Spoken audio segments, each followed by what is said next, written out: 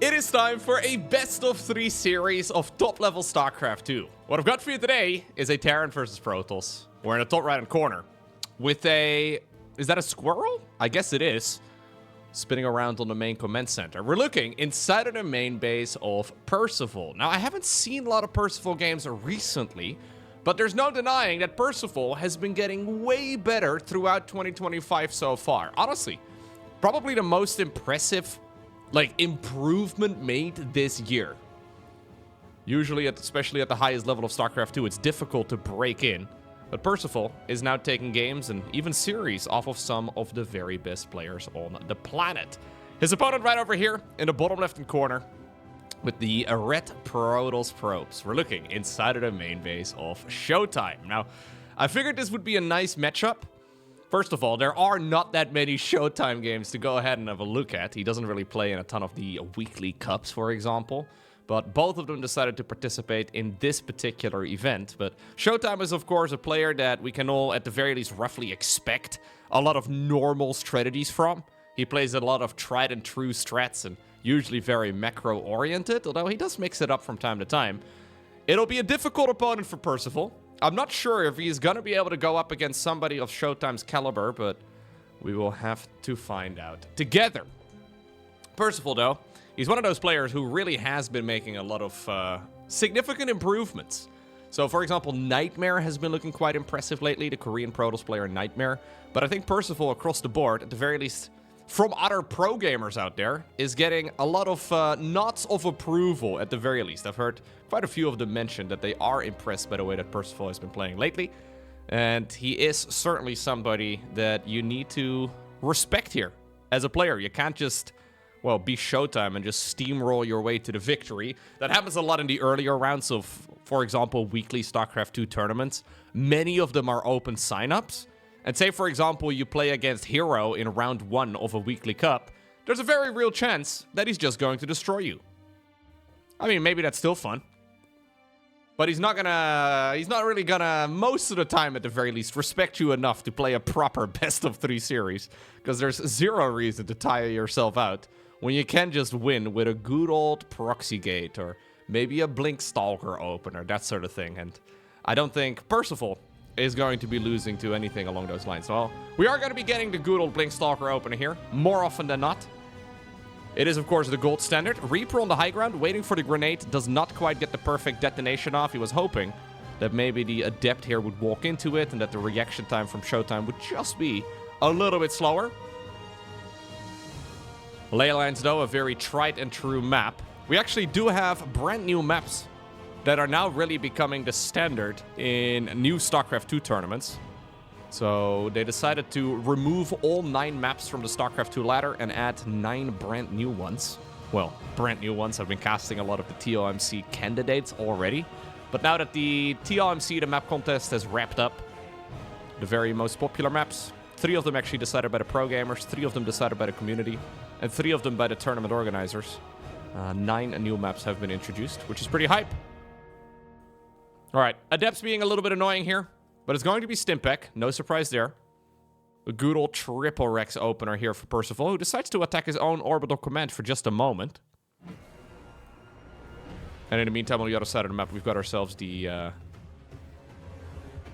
Blink now, just moments away from finishing up, about a minute or so. It's a little bit longer than a moment, but he should be able to get all the units out eventually. Do I even have sound effects on? Oh, I was trying to listen if the grenade right there was exploding, but it was not. That explains it. There we go.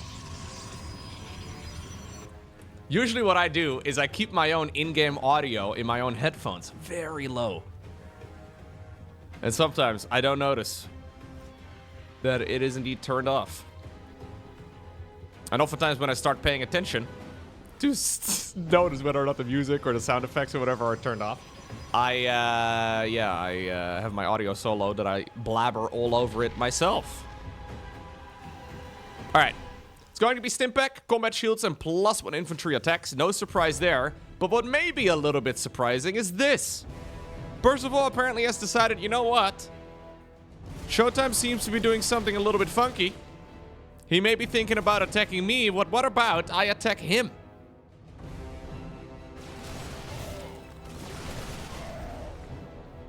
Honestly, a very dangerous attack. The problem is for Percival that just killing the third is not really enough. I think he may try and settle for at least some more damage than that. Yeah, he's just breaking through this right here, right now. Honestly, do we need to call probes? I think we do need to bring them to the front. A couple of shield batteries are just about to finish up. That will be very nice, but it's already a meat grinder for all of the workers. An absolute bloodbath, but a good old 3 Rex push. Okay, so as the dust settles, who's ahead? We've got 36 SCVs left over and 39 probes. This is one of those attacks that ShoWTimE will have played against quite a lot on the European ladder. For a while, it was actually very popular. A little bit of all army hotkeying, it looks like. You will see, though, that there are more and more units ready to cross. Third command center starts up right now. Yeah, and that really was only 8 SCVs pooled, right? Normally we see a full commitment to the all-in. But now the reinforcing Terran, yeah, showing up. I think he's okay. If he can kill this Nexus, he's certainly ahead. Hell of a push right here from Percival. He wants more, though. Wants to go in for the throat. He's got a lot of firepower. Immortal just popped out, so maybe that is going to make this manageable. Energy recharge onto the battery, too. Overextension by Percival. But maybe he can still kill the Nexus? If he kills the Nexus, he's certainly ahead. And this is exactly why I like Percival's strategy so much. It's a little bit different than the established norm. He's been doing this for most of 2025. He can certainly play normal macro too, but he's not afraid to flip the script upside down and go for weird pushes. This is just a 3 Rex. Well, a 3 Rex earlier on into, well, an 8 SCV pool apparently, and then another command center and loads of additional production on the back of it too. This is now prompting ShoWTimE to go into Dark Templar. Obviously, with a build like this, Terran won't have a lot of scans available. Certainly no Raven or anything like that.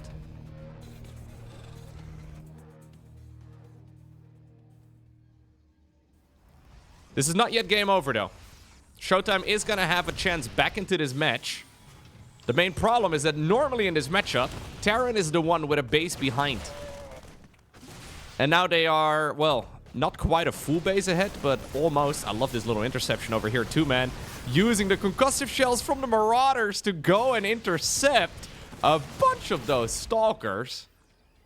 Lovely plays here by Percival across the board. Yeah, ShoWTimE decides to not even wait. He decides to not even wait for the Dark Shrine to finish up, but just rip off the Band-Aid right now. Next up, after a very quick 1-0 win, we find ourselves on the map Pylon.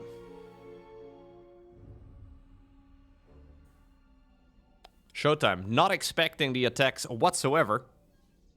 He honestly managed it quite well, but I think he should have pulled the probes a little bit sooner. So most of the time when we see Terrans go for a push like that, where they pull at least some of the SCVs, it's a complete all-in. Right? So usually the strategy is to not pull any or to pull all. But not pull some. Usually middle-of-the-road strategies don't really work very well in StarCraft, but... I wonder if ShoWTimE would have... If he would have responded a little bit quicker with his own worker pool, I think that defense would have looked a lot smoother. Maybe the shield batteries could also have been done just a touch sooner. And I think the entire outcome of this game would have looked a little bit different. What is this squirrel all about? Honestly, it kind of reminds me of one of those... You know those kids' drawings where it like tells you, okay, that color needs to go into the areas that have the number 1 in it, and then that color has to go into the areas with the number 2, whatever that's called. Probably has a name, but I don't know it. Reminds me of that type of imagery.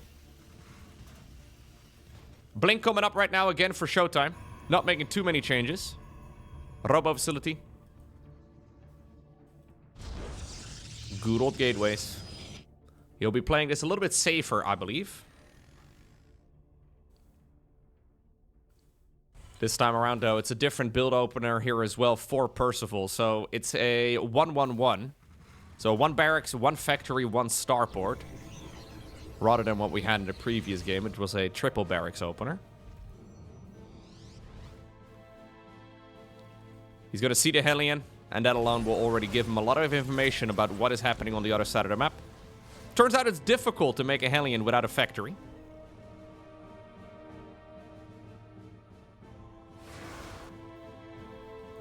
Prism is going to be coming up. And it looks like we are just opening up with a good old triple gateway start here. So that is the norm for Protoss. That's what we see most of the time. So especially no surprise to see ShoWTimE bringing it out. So we'll be sending the Prism across the map with the Stalkers. He can use it to warp in some reinforcements. Alternatively, he can use these Stalkers defensively as well. He's anticipating some sort of, for example, Widowmine drop or something along those lines. There's the Prism. Observer on the back of this. Nothing, though, in the shape of a medevac drop is happening. Instead, we're going to go into a Banshee. That Reaper is dead. Let's see.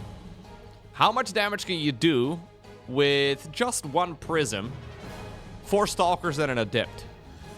Yeah, we can warp in some reinforcements.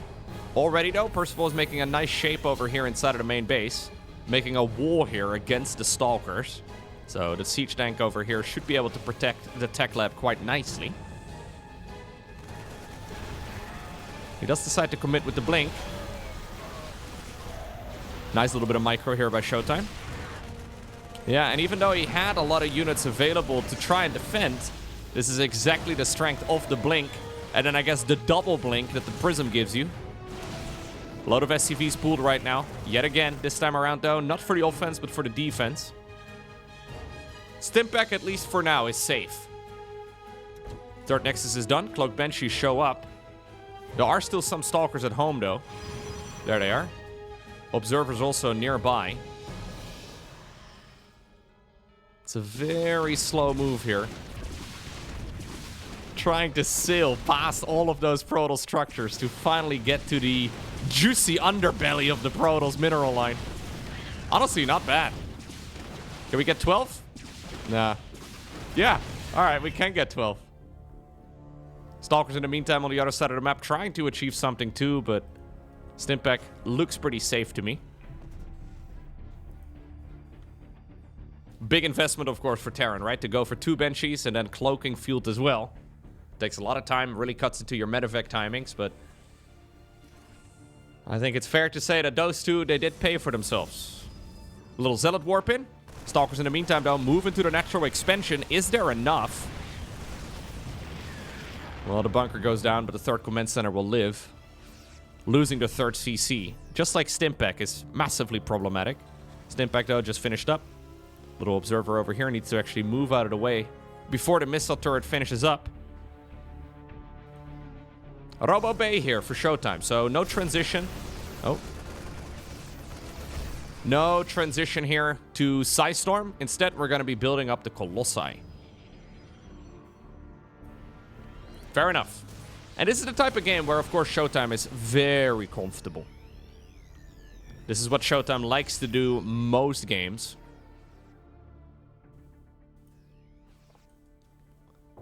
Fourth Nexus begins. As he's moving back in again with the Prism, or at least threatening it. He's got a Stalker on patrol command. Stalker over here as well to spot any incoming units. Observers to roughly chase down the Terran army, although not too close, because you might get noticed. Scary Terran attack, though, is imminent. There is, I think, 1 Colossus out. Yeah, there it is.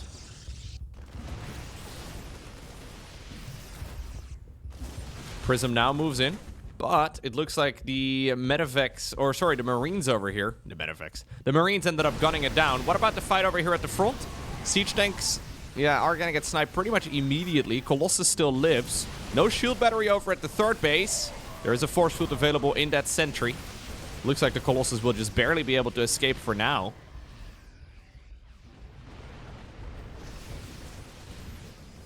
Okay. Yeah, but charge done, and more reinforcements coming up. I think ShoWTimE should be able to hold on. The problem is mostly these follow-up waves. So right now, Terran can start sending in basically every unit they have straight across the map.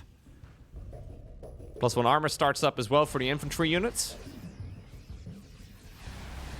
Second forge coming up for ShoWTimE, who needs to be very careful. If he loses a Colossus, he can just lose this series straight up. Looks like he will lose one Colossus, just barely. Percival's going in for the kill. Dude, Percival winning 2-0 against ShoWTimE is kind of insane. I don't know if there's enough, though, just yet. Still a really good position for Percival, and obviously one that you can, well, overextend from, but it's not against Storm. I feel like it's much easier to overextend against Storm. Colossus number 3 just popped out. The extended thermal lens upgrade is done, so that's going to make all of this a little bit easier too. But Percival is just not letting his foot off the gas at all. Okay. Ghost Academy starts up. Armory together with a second engineering bay. Fourth Command Center also building. It's still an important stabilization right there for ShoWTimE. So he did lose a lot of workers, yes. He did lose a bunch of his expensive units, yes. But he's got 4 bases already done, right? And that just makes it so much easier for him to play catch-up. The main problem here, though, for Protoss, right, is that usually we see that very big eco style. And this is not a game where ShoWTimE really has a very large economy. He doesn't have a lot of bases. He's got a lot of gases, I suppose, that he can still take. But he's... with 4 gases taken in total, he's kind of somewhat playing the Gateway Man style. But it's off of a reasonably small amount of gateways and not a lot of tech. And then also not a lot of economy.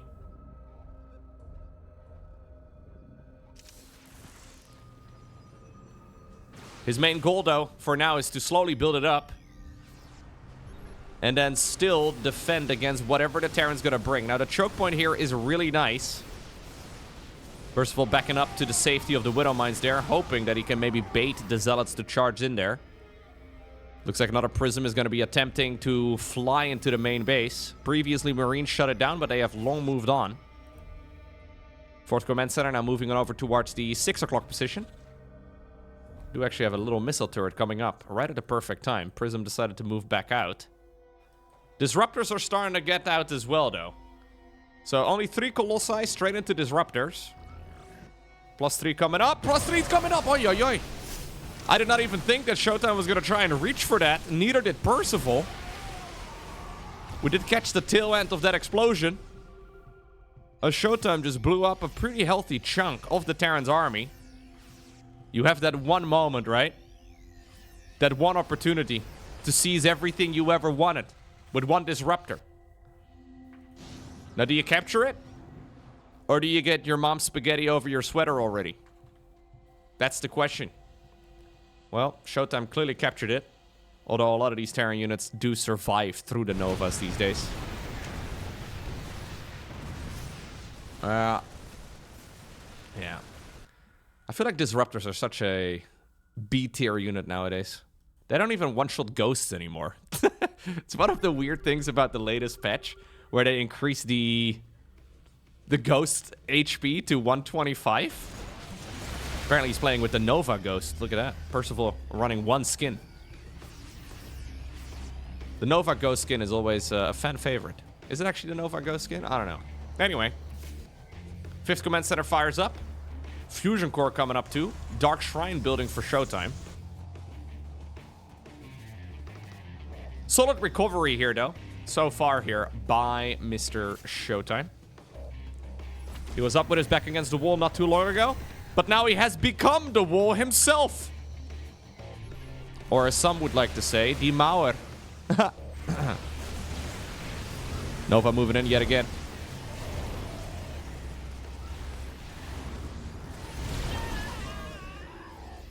Those female ghosts do die very loudly. I've always found that very ironic about ghost dying sounds. Either they die by saying, "Never say die." Or they die by saying, "Ah! Ah!" Nothing in between. This choke point over here has been absolute gold for ShoWTimE, though. He needs to be careful still. The Zealot count is insane. Not a lot of splash damage for Percival. I think that's my main criticism. Yeah, EMP, of course, from the Ghosts are really good against clumped up Zealots. He's making a very quick transition towards Liberators here. Normally, we see more of a focus on Widow Mines at this stage. Oh. Hello, ShoWTimE. Leave the rocks alone! We got a war to win, bro! We can't be destroying rocks right now. Ooh, aggressive blink forward. Yeah, this Terran army's too small. There's another one dying. We have a lot more Terran units now showing up, exactly, but they were all the way back. Good movement here by ShoWTimE all over the map. Little Zealot warp in over here, also nice. Prism sneaks out around the right side. Missile turret over here is gone. Nexus in the top right is finished.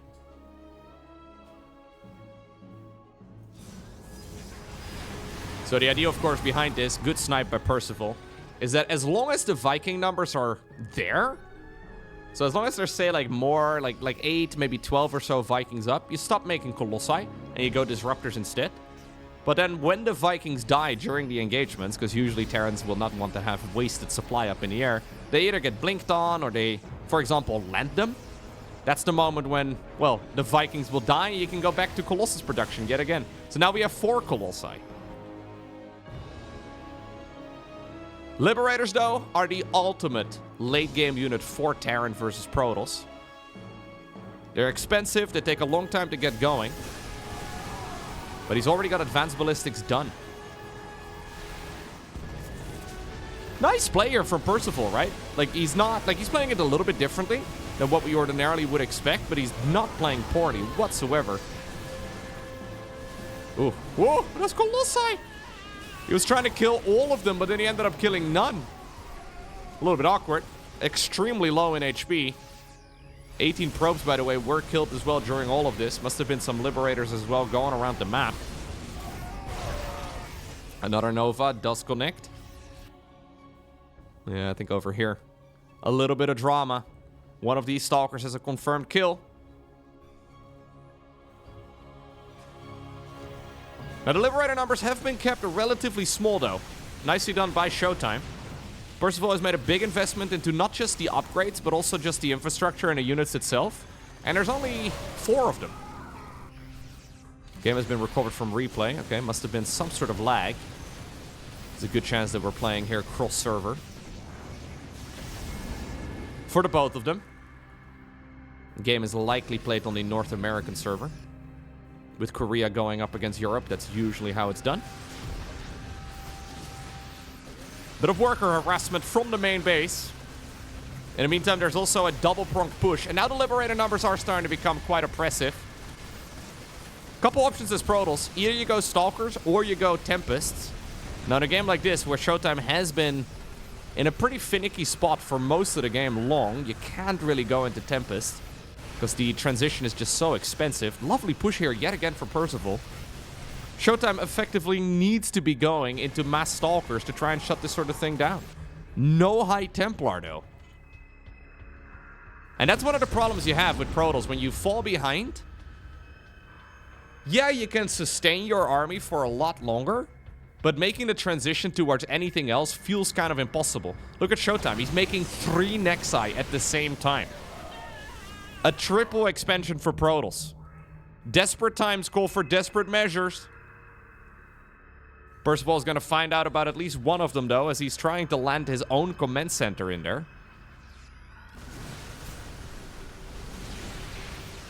Caduceus reactor also coming up here for the Terran. That's the Medevac regen. It means that there's more supply left over for more Liberators. He's not really going that Liberator heavy. Kind of felt to me like he was going mass Liberator, and then he never made nearly as many as you would expect.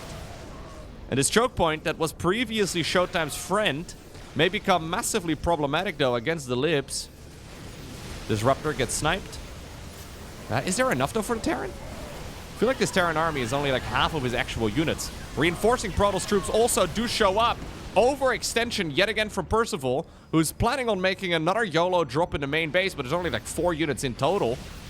At this point, we're up to 16 gateways. So even though ShoWTimE wasn't the gateway man earlier on, he has become the gateway man eventually, and he's now committing to a counterattack. Percival's army has been very disjointed and all over the map. And he decided to take on practically the entirety of the Protoss army with like half of his own. And when you're really far ahead, that works. But I think he got a little bit carried away. And now suddenly, ShoWTimE decides to immediately retaliate. We have a tactical nuke coming up. I mean, when you are researching a nuke to try and defend your own main base, that's when you know stuff gets problematic. 5 Colossi available at this point in time. Liberators are still being built. We have 2 starports, I would imagine. Yeah, only 2. I don't mind having 3 at this stage in the game. Man, when the lasers go up onto the high ground. Tactical nuke is here. Time to nuke your own base, Percival. It's your only way out. But you know, when you're nuking your own main, it is not a good time to be a Terran player. God, ShoWTimE is just forcing his way up here. He's not really doing anything but focusing on this fight, but when you're on top of the Terran's production just like this, there is just no way out of it for the Terran. And that means that this series comes down to Ruby Rock. What are we doing, Percival? So he built a barracks on top of his own high ground, but then also is building one in the most conservative location on the other side of the map.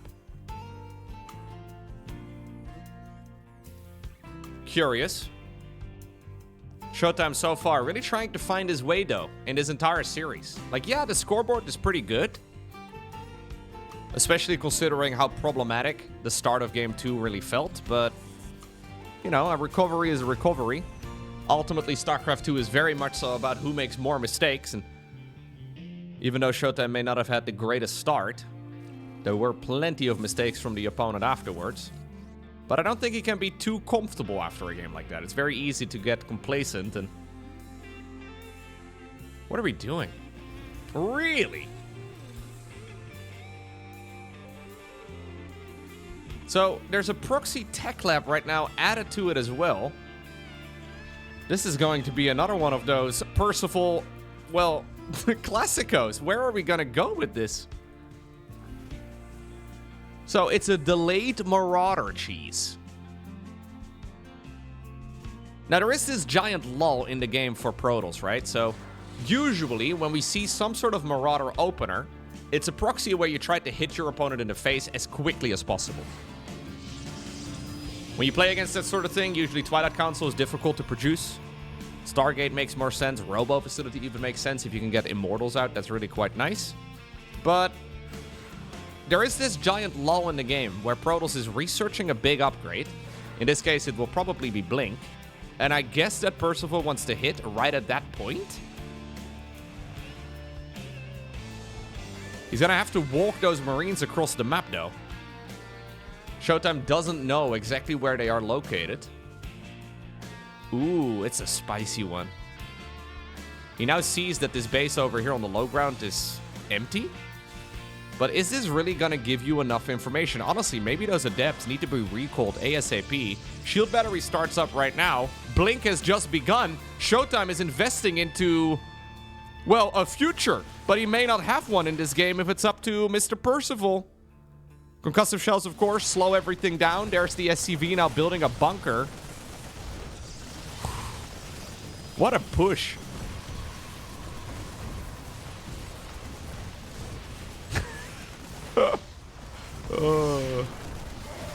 Dude, I love it when you see the top-level Terrans and Zergs and Protosses complain that, like, they have so little build variety. But then you have other players out there that seem to make everything work. Now, this has been a gigantic early game investment, though, from Percival. And even though he has been killing his opponent's probes, the work account is still pretty much dead even. Problematic now is this Blink upgrade, right? I think you can turn this into like a 4-gate or maybe even like a 3-gate all-in, considering the... Okay, yeah, sure. Now that's another choice. We go into a Dark Shrine instead. I don't mind it. Obviously, with this type of build, Protoss is not gonna, expect a lot of detection on the side of the Terran. Maybe the positioning of the shrine is actually kind of... Yeah. I think it will go down. But that is still a little bit closer than ShoWTimE would have liked to see it. Probably did not consider the fact that the barracks would be flying on in. Robo facility right next to the Dark Shrine. Definitely should have been in the main base. But then you get into like an Artosis pylon situation, right? Where everything is powered with just a single one. Alright. Stimpack is about halfway done. And this is going to have to be the defense of a lifetime here for Percival. Is he saving up scans? He is not. Does he have any form of detection? Nope. He, by the way, built a triple Rex off of the back of this, which I find very interesting too. So he lost one barrack, so I guess this is a 3 Rex with 4 barracks. If that makes any sense. Similar to what he did in game 1. Nice little bit of micro here from ShoWTimE though. Using the Stalkers here themselves to provide high ground vision for the ones on the low ground. Now he's going to have a hard time getting in there. He's following this up with a proxy gate of his own. A robo facility not really being used for much. Alright, finally we do make the prism. Not all heroes wear capes, but these guys do. It's time to move in. Engineering bay does begin.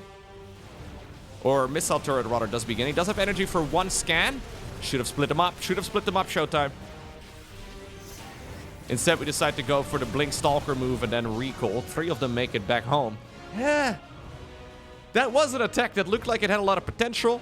Now the 3rd base was delayed. The Prism was delayed. The Dark Templar just died in 1 scan. And your big surprise, obviously, has been revealed. Percival, though, apparently not too worried about any Dark Templar that could be slicing up his army or any Stalkers that might be killing him. He's found the proxy. We're gonna go after all of it. I don't know if he watched the Prism move by as well. There's a good chance that he did see it.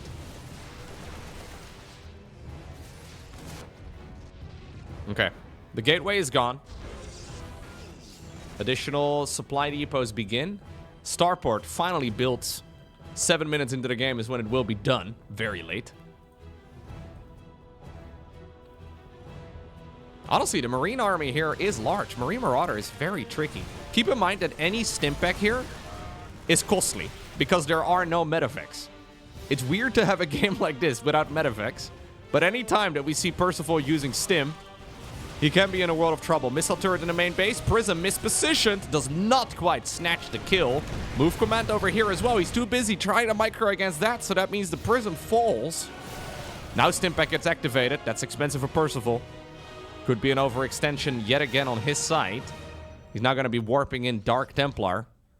Yeah, just warp in one at a time.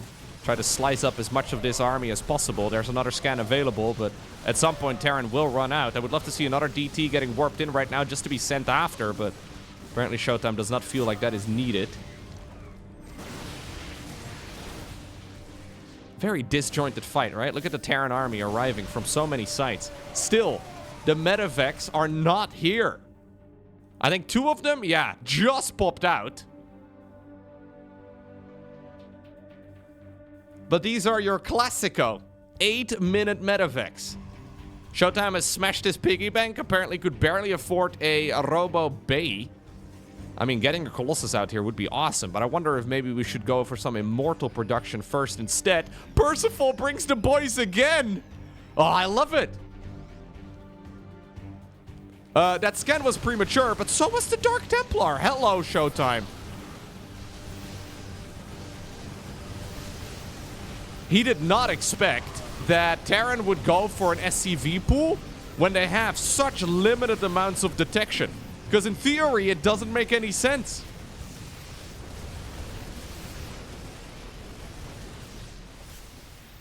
Terran never gets played like this. I think he's done it. I mean, the 3rd Nexus is dead for sure.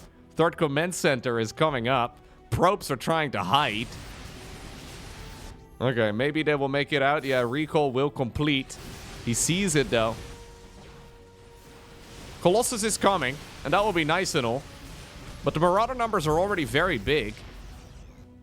You don't want to be in a situation here as the Protoss player where you are a full base behind. To be fair, we saw ShoWTimE coming back. Maybe he can pull that sort of thing off again, but it looks like Percival is not gonna slow down whatsoever. Using the range on all of his units here to shut down the front of the wall off. One Dark Templar available, one scan available too. They seem to be perfectly lined up with the amount of DT wall-ins or warp-ins. Colossus now spawns. Probes pulled away from their mineral lines.